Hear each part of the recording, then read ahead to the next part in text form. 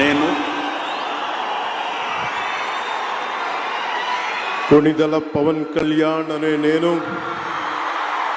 శాసనం ద్వారా నిర్మితమైన భారత రాజ్యాంగం పట్ల నిజమైన విశ్వాసం విధేయత చూపుతానని, భారతదేశ సార్వభౌమాధికారాన్ని సమగ్రతని కాపాడుతానని, ఆంధ్రప్రదేశ్ రాష్ట్ర మంత్రిగా నా కర్తవ్యాలను శ్రద్ధతో అంతఃకరణ శుద్ధితో నిర్వహిస్తానని, భయం కానీ పక్షపాతం కానీ రాగద్వేషాలు కానీ లేకుండా రాజ్యాంగాన్ని శాసనాలని అనుసరించి ప్రజలందరికీ న్యాయం చేకూరుస్తా